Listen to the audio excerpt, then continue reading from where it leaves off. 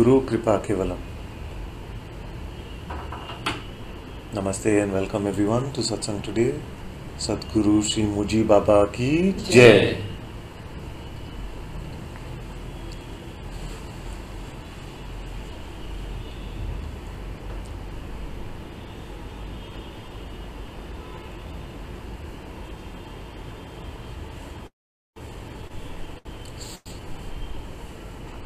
Sound is very soft. Achha, nice.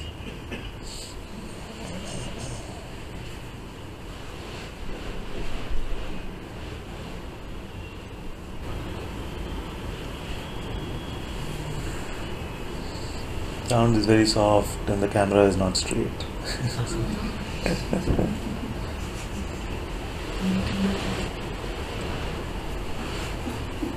I can go sideways.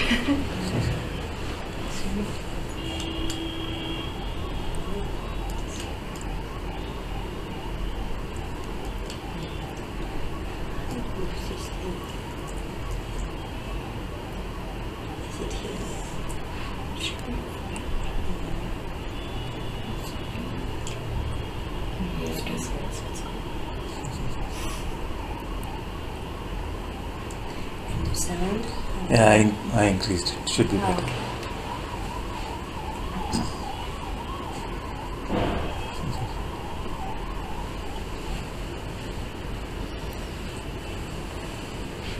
Then I was going to say, how was the weekend?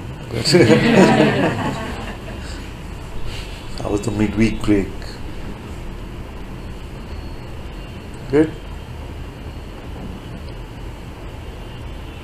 Concept free?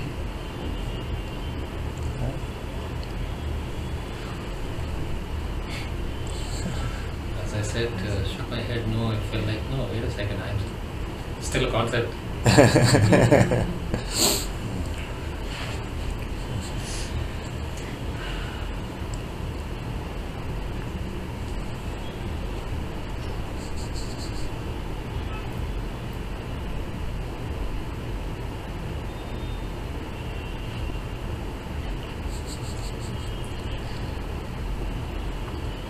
One master I used to go to many years ago, whenever he would see me, he would ask, are you happy? So I would say, I am now. I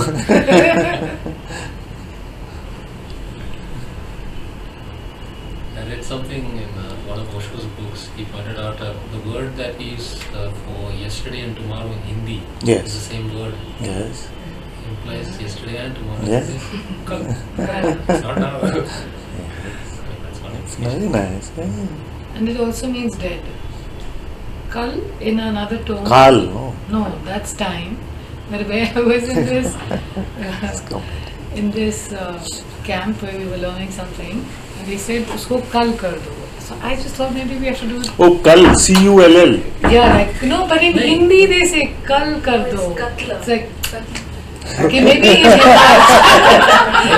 Himachal, we were in Kulu, Manali. So there was this Hindi. It was a rabbit Somebody farming must be institute. speaking in English and say, Kal it. No, but then I couldn't understand. So I kept saying, why do we have to do everything tomorrow? She says, because they were rabbits, and so if they had, if one of them got like a So we want disease, this then story. all of them would get Oh, it. I So they said, then Kal, and then they said, Kal. just kill them. You know, that's what it Kal, means. So we said, C-U-L-L. okay, we don't do this course, we leave. I feel they were saying C-U-L-L. Maybe in Himachal they say Yeah. that. So. They must have learned it from some Britisher. Yes, probably. And what I meant was it's like non-existent. Non-existent. Like yesterday and That's a nice one. The word for yesterday and tomorrow is the same. Kal.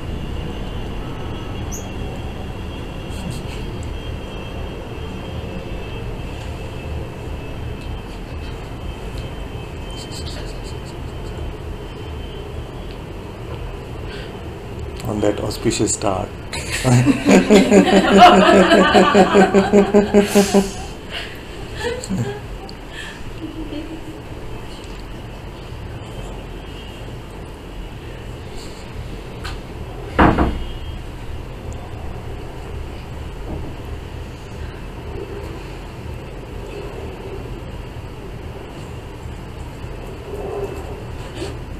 questions? Any questions?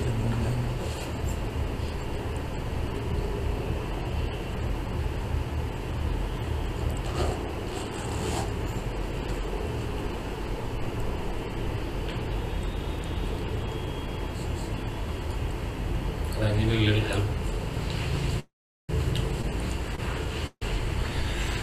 So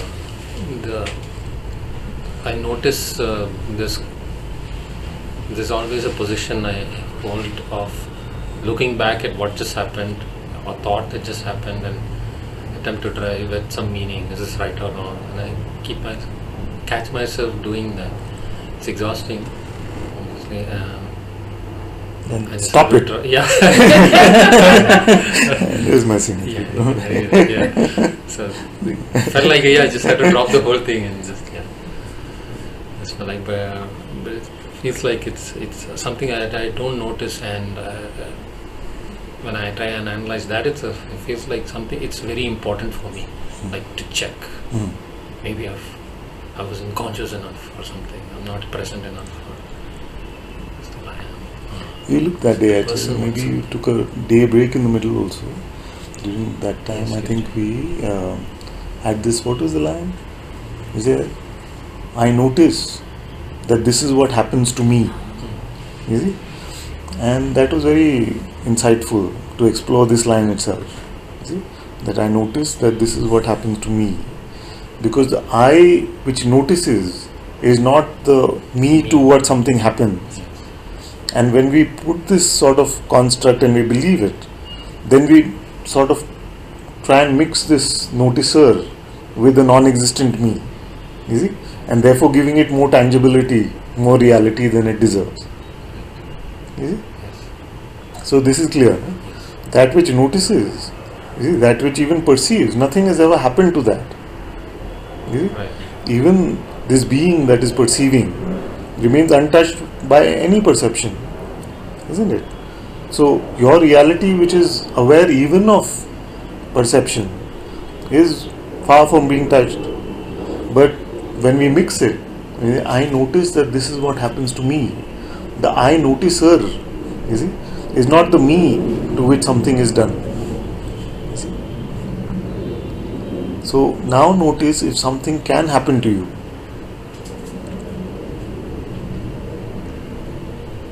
And keep the I the same. You see? You have a sense of what I'm saying? Yes. Notice if something can happen to you, but don't confuse yourself about the imagined me. Now,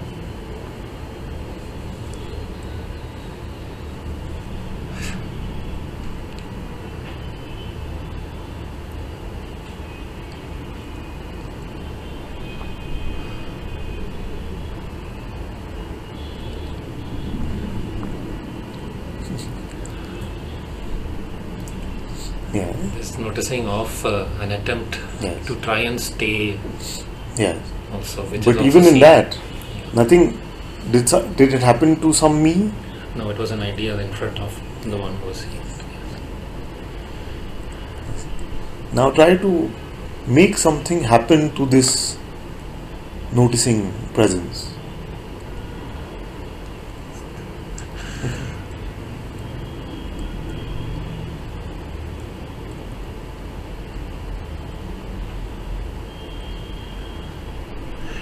It's like an idea that has to go out and then prove that it happened to me. So It's very, you can see the whole thing. yes.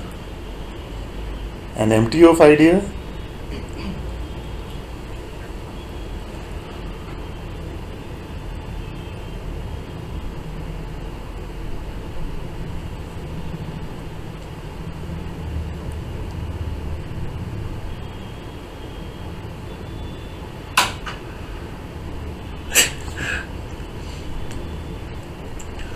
The concept of being empty of an idea. Yeah.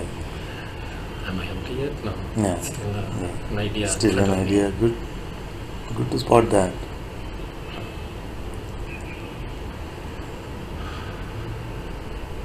The importance of the one who needs to understand this also. Is an Very idea. alive in front, yeah. Isn't it? Yes.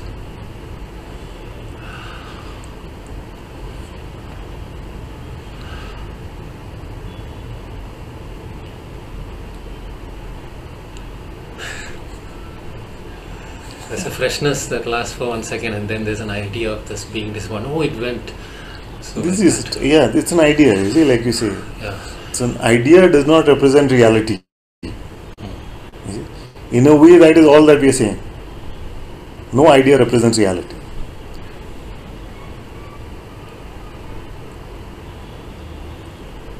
You see? And this mind, which is the seller of these ideas, cannot even catch up with you. So you don't have to escape the mind. It is the mind which is trying to run and keep up with you. I wonder if anyone can see like this. You're here. You see? Now the mind can try and come, but you're here. You see? You're already here. See if the mind can really catch up. Unless you look back at it, it cannot catch up with you. You're just here. Here. Now. This.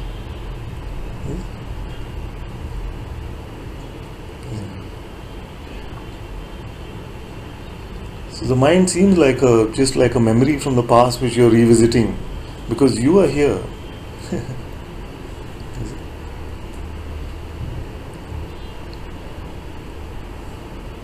You need help with the thought at that Yeah. moment. That seems, I don't know if it's relevant. Yeah. As what? As what? As that which is not definable at all. So whatever answer you can give to the as what will not really satisfy because it does not represent reality, like you said. No, it will be another idea. Even if it is a big idea like awareness. Yes. You see? Which also is an idea, but it's a pointer. Yeah, You very see? much as a So the idea of as what, it is not a what. yes. You see? It is not objective in that way that we can call it a what. For it to be a what, it had to be a thing. Yes.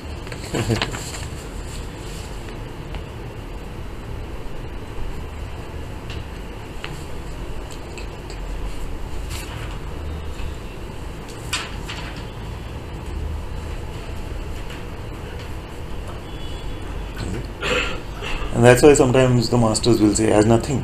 But even that is not accurate. But at least it takes you away from the thinginess of it.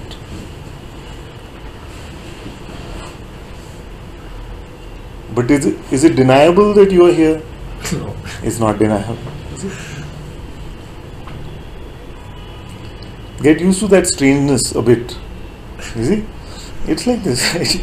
Get used to the strangeness of yourself because you cannot perceive yourself and yet you cannot deny yourself.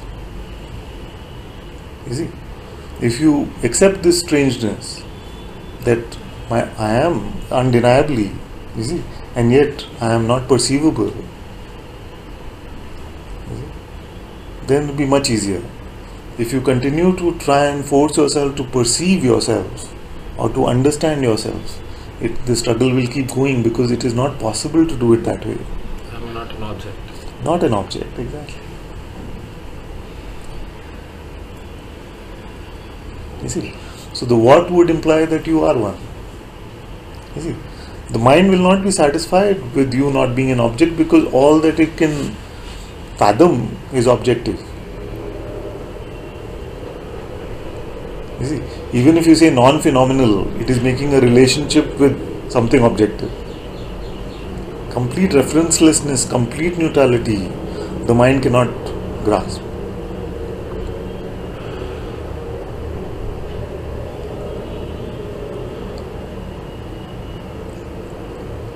Notice there's an intense grasp. It's okay. See? The speech that just came out now seemed like a person had to actually prove anything. This intense activity of grabbing and objectifying. For somehow the story seemed to imply that yes, I would get hit. It's still an idea.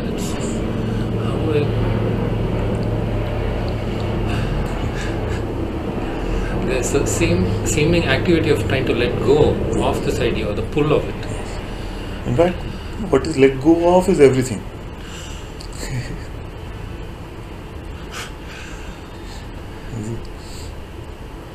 In the sense that everything that we think we know, all our definitions, all that must happen or must not happen, are grasping at them, are gripping them tightly, is let go of.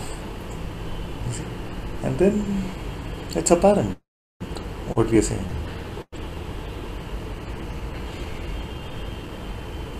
For one moment, don't give yourself any shape, size. Don't give anything any shape, size. Nothing. No term you understand.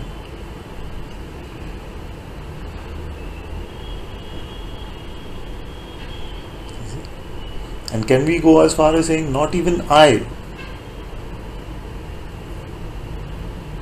as a reference?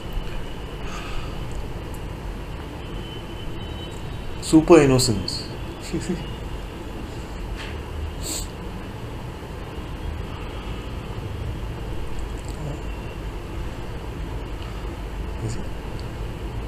Now if there is a struggle, it will only be to try and fit this into some mental concept.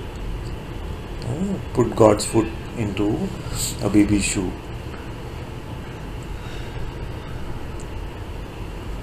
Don't struggle.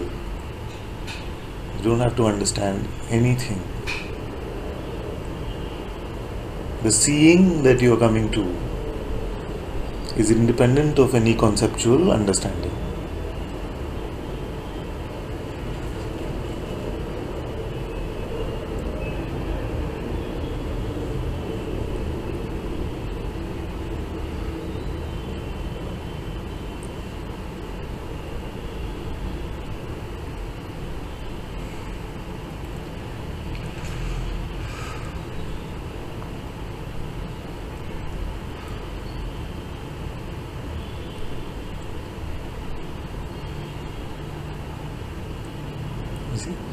And in the moments where you do find yourself getting caught up in what the mind is saying, it's okay. It's not something to be feel unworthy about or guilty about or special about. Nothing. It is just what it is.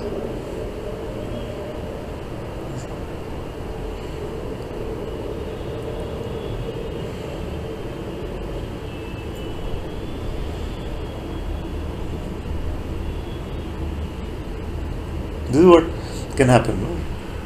After hearing all of this and recognizing that this is it, then when the mind comes, we can have two positions about it. You see, if we get caught up in the mind, we can then take two positions about it, saying, oh, I'm so bad, I'm not doing this well, Father had said to remain notionless, all this thing, you see, unworthy. Second is, the mind is so tricky. This is what I can do, and look at this. But let go of both positions. Don't make it into a thing. Don't even say I got caught up. It's gone. Like I said, you are much ahead of the mind ever can be. The mind can never keep up with you. So why revisit? Why look back at it? You want to do a race with the mind and see who wins? I wouldn't know. You would know. If you were racing, you would know you would lost. If you knew that you lost, then you would have looked back and said, where are you, mind?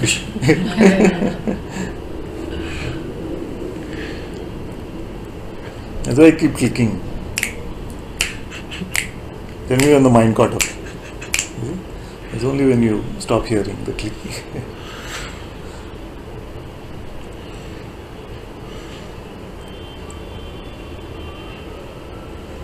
Maybe there's a mind that is tired of trying to keep up with you.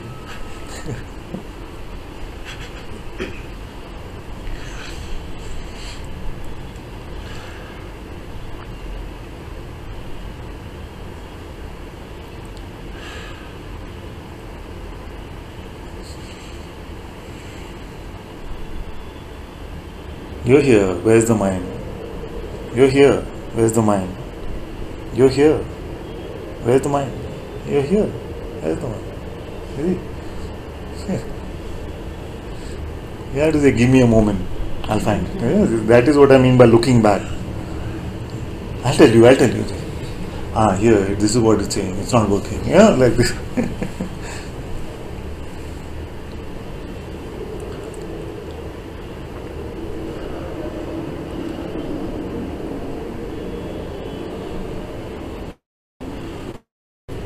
See, Can I expose something? come closer.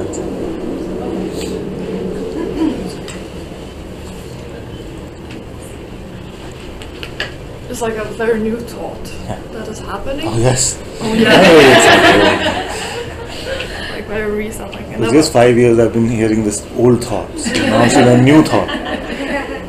from my perspective. No pressure. No pressure. From my perspective. Because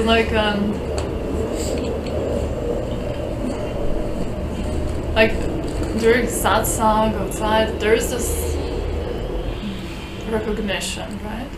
And but like I never experienced it before actually. Mine comes up and like even I was reading the Robert Adams book, The Silence of the Heart, very beautiful. And you just like radically, there's no world, there's no mind, da, da, da, da, da. And sometimes I do accept that and it's like resonates and it's like, yeah, simple. But on the other days, even now, like you're talking and I hear my mind. Even to say my mind is ridiculous, but okay. It's there is belief in what it says. Like no, it's like it's too radical. It can't be so simple. What do you mean there's no world? What do you mean there's no this? It's just kind of, and it's just like, really? If something reacts like that, and it's like, yeah, it's like a thought that it's like too radical, too much. It's too radical. It's too much. Like, too simple. Can't be that straightforward. Maybe this is not really it, because people couldn't be struggling for years and many years trying to get this if it was that simple. This kind of the lawyer speaking and saying, but it must be more challenging than this. It is self-realization after all, is it? It's not a joke, it's a big word, self-realization. So it can't be just like this. Then what to do? I think just the way I feel, just discard it, but something is just like, really? Like, I believe those thoughts. Honestly, I do believe it. Not so much though, but so I just don't have to expose it. In your own light, all of this will get thinner and thinner. So, if you need some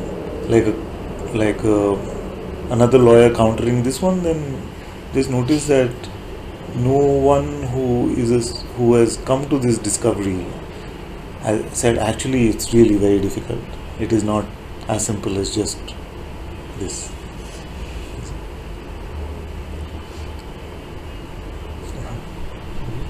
They might prescribe various ways to let go of the mind. They might talk about trying to control your attention by putting it on your breath, or trying to control your attention by chanting, by trying to control your attention by doing some physical activity and keeping your attention in that. You see? But that's all about if your attention is constantly caught up with the mind. So that can be, those methods can be a bit different. But nobody has said that to be the self or to become the self is a process. You see? They may say that to recognize you need to have some mastery over your attention or something like that. You see? But here it's a different, more direct approach.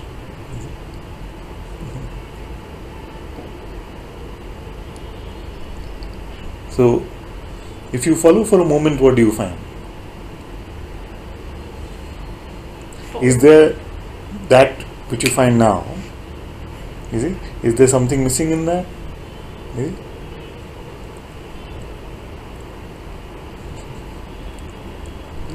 So more and more as you see this, then when the mind comes with this thing saying, but is that it? Sometimes it can also say, but where are the fireworks? Where is the bliss? Where is the byproducts of this? Is it? Very quickly, before we've even given this isness a chance, it can start saying, I want my stuff, where's I was promised bliss, I was promised experiences. So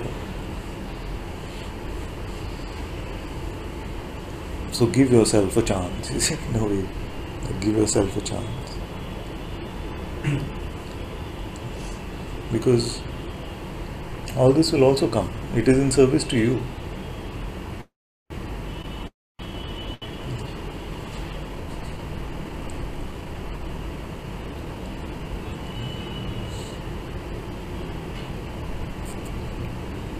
Could you elaborate that? It is in service to you. Everything, like peace, love, bliss, joy. Who are they for? The only one. The one that is all there is. They are for that only. You see?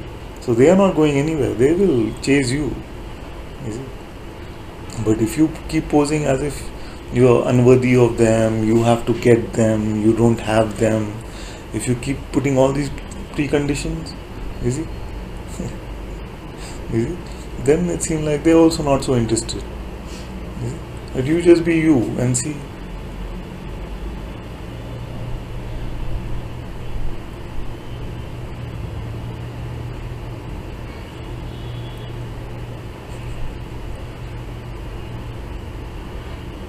They are in service to your reality.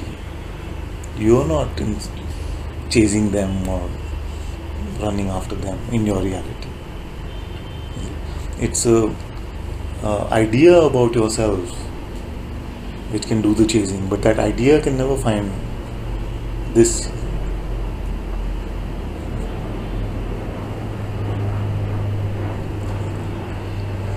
And actually, because the mind cannot interpret what this is, you see, doesn't mean that actually this does not live up to all that is said about it. The unchanging one, you see, beyond limitations, beyond birth and death. It's not here.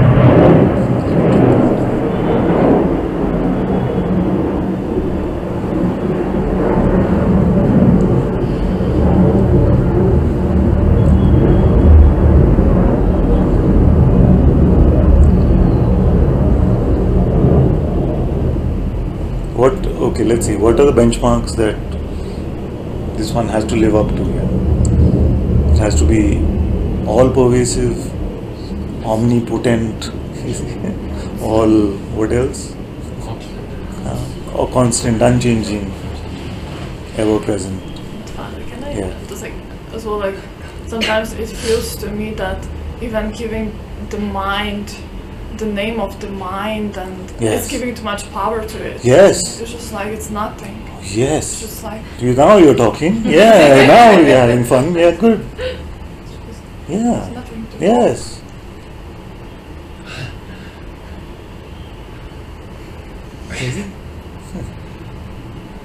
Even to use these terms, mind, world, body, this is exactly how you started actually. Is to give it too much reality. Yeah, and it works very strangely because like I read about the mind, I hear it in a satsang, and it feels like it gives fuel to that what I Yeah, hear. it But can, then it inside mind, like if it's not true, there's Yes. no such thing as mind. Yes. It's just a strange thing. Yeah. There's no such thing as anything. I can accept that. Yeah, that's very good. Now, stay in that acceptance and suffer. You What see? is that? Exactly. You see, to suffer, you need to presume a lot of things. If you accept that all of these are just terms, gibberish actually, at the end of the day. You see?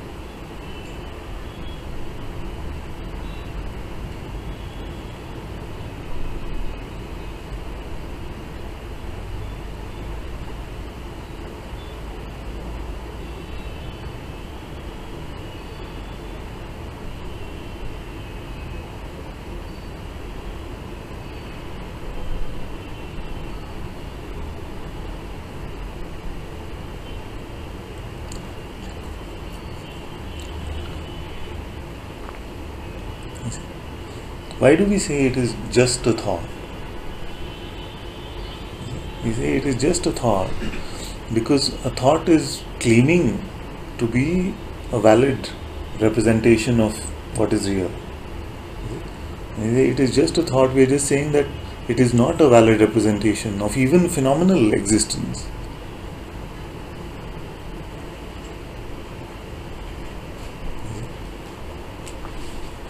I say often that how many thoughts do we need if you were to describe just this room, how it is now? You ask for how many thoughts you need to describe completely accurately this room right now. How many will you need? If I give you a zillion, you will not be able to describe this room exactly as it is. But we take one thought that comes, oh, this is what is happening to me, this kind of thing, and we take it to be a valid representation. But who is it describing? What is it really telling you?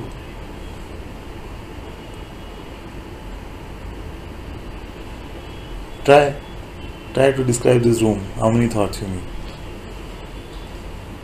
Huh? I mean, I would need just about every word I ever knew. But even that will not suffice. Yeah.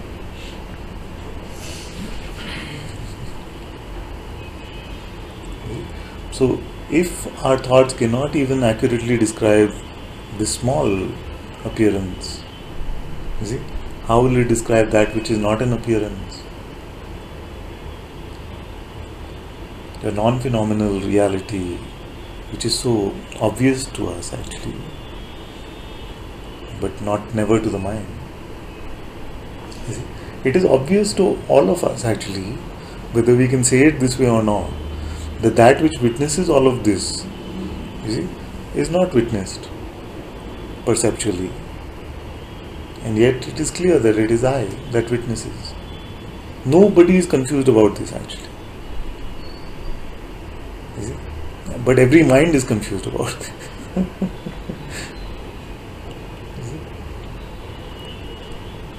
Because the minute you start trying to capture that which is not phenomenal with the mental process, it starts to get confused. Is this really it? Is it big or small? Is it black or white? What is the quality? Is it changing or unchanging? You see, all this. You are witnessing phenomena right now. Yes? That you that witnesses phenomena, is that a phenomena? Is that witnessed as a phenomena? Is it? No. And yet you say it is I that witnesses. It is so clear, so simple. Is it a story you're making up? That I am witnessing phenomena? It's clear to you. What kind of knowing is this? This is self-knowledge. As simple as this. We can use a Sanskrit term which can make it sound exotic or something. Atma Jnana. This is the Atma Jnana Kendra, no? So, but what is this self-knowledge? As simple as this. So that's why Bhagavan said, to come to true self-knowledge, you don't need to do anything else. Just stop practicing the false. You don't need to practice the truth. Just stop practicing the false. Beautiful. No? How do we practice the false? Yeah, we give an idea of reality, which means belief, an idea of reality to that which is very limited. That is the only practice which has to stop. So would it be like the I which is not phenomenal? I mean, first I must, if I have to say an object, whenever I have a thought, it's automatically that there's someone who has a thought. I mean, can I just show you how simple it is actually? When you say I, what do you mean? Like when you say first I have two. In that itself. So So if you are again practicing the false, which means that you are practicing the I being a limited object, then you have to stop that practice. See, that's all. I was actually trying to answer the Again, question. in this also, I was actually trying. Now, are you practicing the false or are you letting go of it? Practicing. No, I'm not. The attempt is not to make you feel like, oh, you're not doing this right. I'm just saying that this is how we perpetuate it, you see.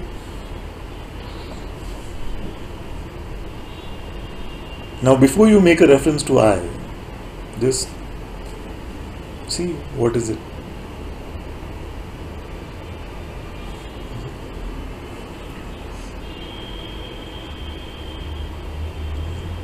We were taught to make a reference to I based on a bundle of sensations, based on some imagination, some ideas, you see? But that was not natural to us. Now you start to notice that if I have to make a reference to this I, why should it be to just some sensations which are appearing within my being, within myself? Is there any good reason for doing that? All sensations, all perceptions are appearing within you. All of you are fairly clear about this by now, I'm sure.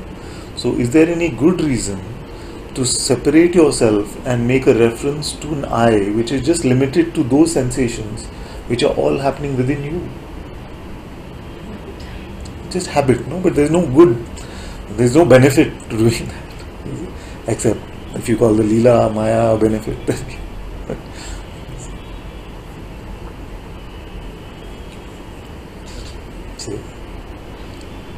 Say body sensations. Yeah. Within? Within the field of perception. Whose? Yes, the one who is witnessing that. Correct. So within, let's say you, I'll say it simply, so within your field of perception, within you, all of these sensations are coming up. Right. Now, is there any benefit to defining yourself just as the sensations and not even the field in which they are coming? Not in itself, but when the activity of it's happening to me. Yeah, is there any benefit to making that conclusion which is limiting you to just the sensations or the perceptions, you see, or at best some ideas, rather than what is so apparent to you that all of this is in my field of existence?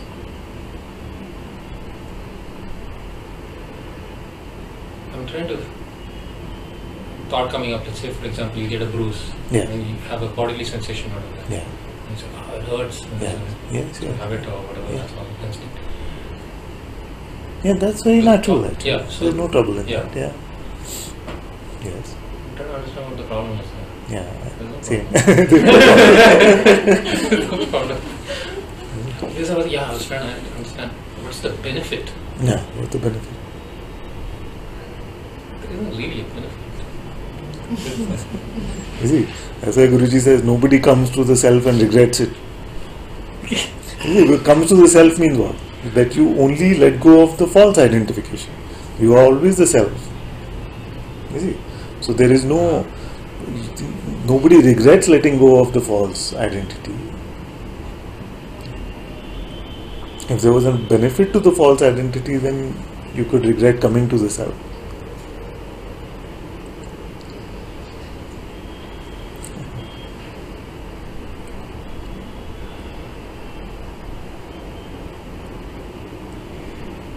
But then some confusion comes when you say it's natural to say, ouch, it hurts. Yes. Okay? So then I would be like, in saying that, ouch, it hurts. I'm just saying it just to feel it. Ouch, it hurts. Do I automatically create like an identity or not? You know, and I'm just saying. If you stop at ouch, it hurts, no identity.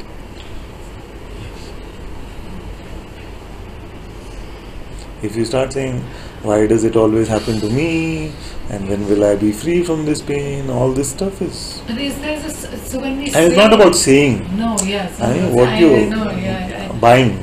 Correct. But sometimes it feels as if when saying that, ouch, it hurts, there's a subtle, like an unsaid